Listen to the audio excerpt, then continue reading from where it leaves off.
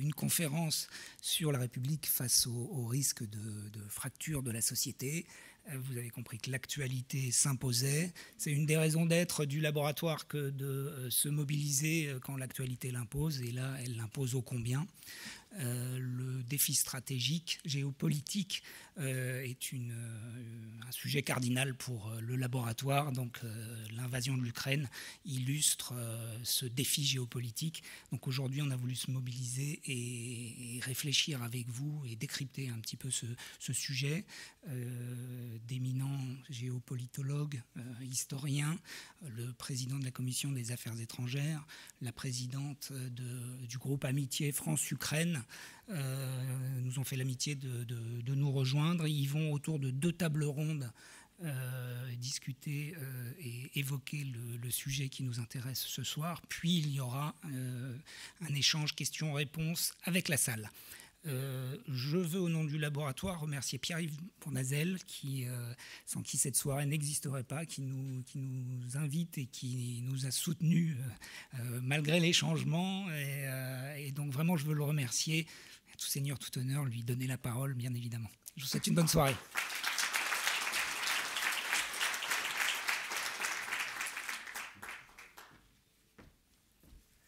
Bonsoir à toutes et à tous. Bienvenue à l'Assemblée nationale pour cette belle soirée. Je voudrais tout d'abord remercier notre président, votre président Jean-Michel Blanquer, le président du laboratoire de la République. Vous savez combien je soutiens son action de ministre, mais ce soir, il est sous sa casquette de président du laboratoire et je pense que c'est une belle boussole pour nous et pour l'avenir du pays.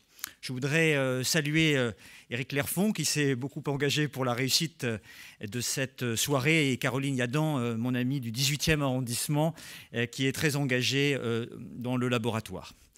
Alors ce soir, je voudrais qu'on ait en introduction une pensée pour le peuple ukrainien.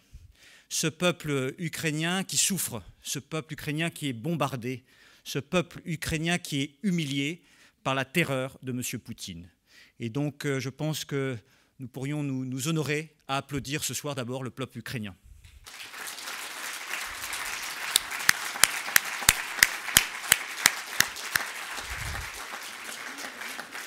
Il y a de très grands spécialistes qui sont présents ce soir. J'aurai l'humilité de les écouter, d'apprendre et de comprendre, puisque nous avons besoin d'apprendre et de comprendre ce soir. Mais en introduction, je voudrais vous dire quelques mots. Nous avons le sentiment que l'histoire s'accélère. Ça fait quelques années qu'on voit que l'histoire s'accélère, mais singulièrement depuis quelques jours. Je crois que nous devons avoir une boussole là aussi. Cette boussole, ça doit être d'abord la défense de la souveraineté de l'Ukraine, la défense de la démocratie, la défense des libertés. Parce que ce qui nous rapproche de l'Ukraine, c'est bien ce socle-là, de la souveraineté, le socle évidemment des libertés et de la démocratie. Car je ne confondrai jamais, comme je l'entends parfois dans certains médias de la part de responsables ou d'irresponsables politiques, je n'accepterai jamais qu'on puisse dire qu'au fond, la Russie et l'Ukraine, c'est pareil, ou même que la Russie et les États-Unis, c'est pareil. Je vais vous dire une seule chose, je suis très attaché à l'indépendance de la France, très attaché à l'indépendance de l'Europe, mais je sais qu'un opposant politique aux États-Unis ou en Ukraine est libre. Je sais qu'un opposant politique en Russie est en prison. Ce n'est quand même pas la même chose. Ce nationalisme, et le président Jean-Louis Bourlanges en a parlé excellemment tout à l'heure, le nationalisme, c'est l'expansionnisme. Le nationalisme, c'est la guerre. Et c'est François Mitterrand qui nous l'a redit dans son dernier discours de président au Parlement européen à Strasbourg en 1995. Le nationalisme, c'est la guerre. Et nous devons lui opposer l'esprit de la nation ouverte comme l'est la nation ukrainienne, comme nous le sommes nous en France aujourd'hui. Et je voudrais saluer le président ukrainien qui fait preuve de très grand courage, d'une très grande solidité. Et comme l'a dit le président Bourlanges tout à l'heure, il nous rappelle aujourd'hui Churchill qui a eu le courage lui aussi de se battre et de résister avec le peuple anglais. Et je pense qu'on peut aussi applaudir le président ukrainien. Enfin, je dirais qu'il ne faut pas confondre M. Poutine avec le peuple russe et la culture russe. Nous avons l'estime pour ce grand peuple, nous avons de l'estime pour cette grande culture, mais nous n'avons pas d'estime pour M. Poutine. M. Poutine, pour faire la guerre, n'a pas demandé l'aval à son peuple. Et c'est bien son peuple qui va mettre en difficulté. Et ce peuple russe a aussi la ressource, je l'espère un jour, pour dessiner un autre chemin que celui de M. Poutine. Je le disais tout à l'heure, tout ne se vaut pas. Et d'un côté, il y a celles et ceux qui se sont largement trompés, celles et ceux qui expliquaient, candidate ou candidat à la présidence de la République, avec beaucoup de certitude, que M. Poutine n'attaquerait jamais l'Ukraine. J'espère qu'ils apprendront un peu la modestie. Et en conclusion, je voudrais vous livrer une citation, celle de Raymond Aron. « Je crois à la victoire finale des démocraties, mais à une condition, c'est qu'elles le veuillent. » Je crois que nous devrons méditer ce message. Et je voudrais enfin, je l'avais noté en ukrainien, mais j'ai peur de mal le prononcer, vive le peuple ukrainien, ke zive Ukrainitski narod. Je laisse tout de suite la parole à notre président et ministre Jean-Michel Blanquer.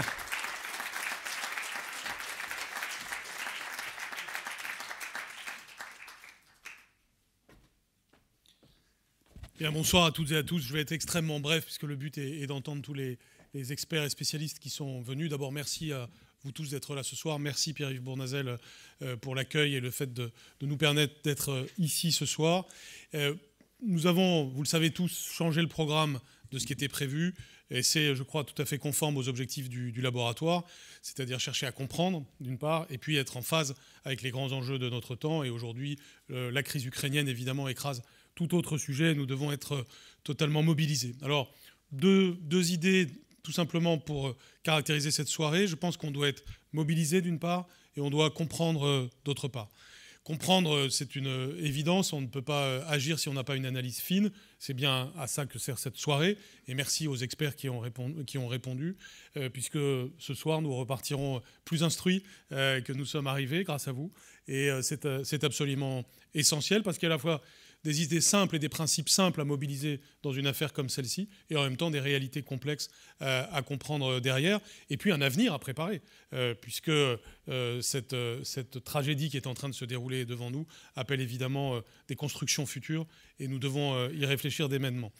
Alors, en quoi ce qui nous mobilise là a quelque chose de républicain? Je crois que nous devons d'abord nous mobiliser. Et c'est essentiel que vous soyez là ce soir. Pas seulement pour comprendre, mais parce qu'il y a un esprit qui doit souffler. J'arrive de l'événement qui a été organisé au Théâtre Antoine par Bernard-Henri Lévy, et magnifiquement organisé. On a besoin d'esprits comme le sien pour se mobiliser dans des moments comme celui-là.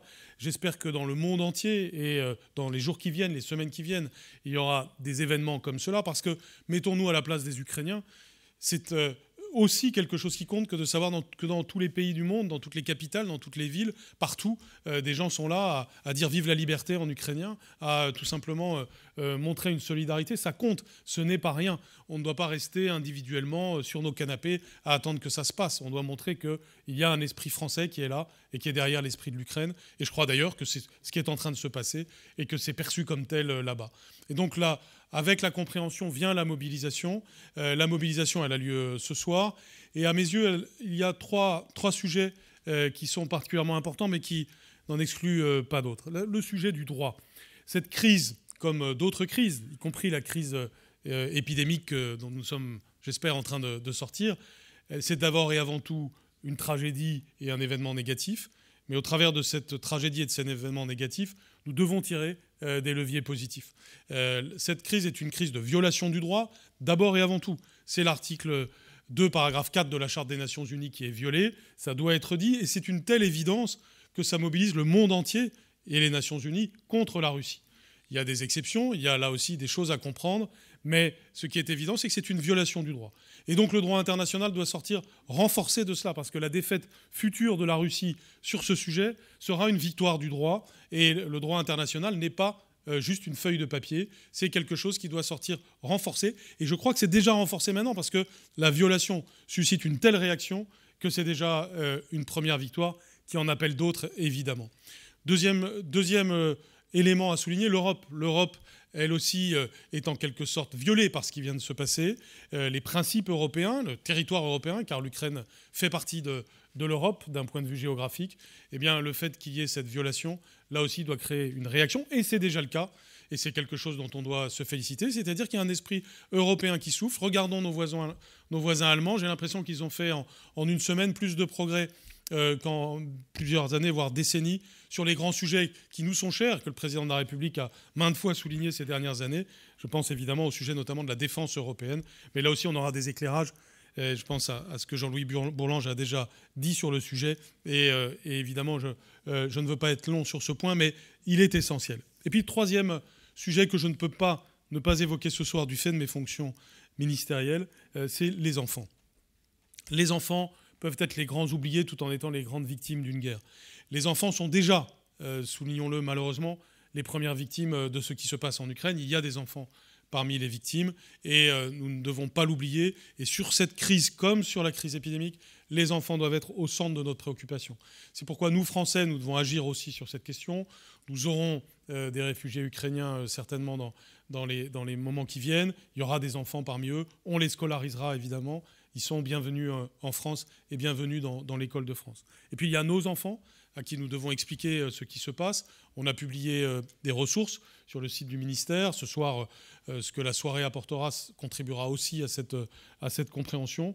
Nous devons là aussi, que ce soit cognitivement ou psychologiquement, accompagner ce temps de guerre et faire que la guerre, comme l'épidémie, ne soient pas des choses qui nous font reculer, qui créent une atmosphère nihiliste pour nos enfants, pour notre jeunesse, mais au contraire, une capacité à réagir, une capacité à maîtriser notre destin collectif. Et c'est essentiel d'impliquer les enfants et les jeunes dans une telle perspective. Alors, la soirée de ce soir, elle se veut une pierre dans cet enjeu de bonne réaction à ce qui se passe. Je crois qu'on est au cœur de ce que le laboratoire de la République doit faire.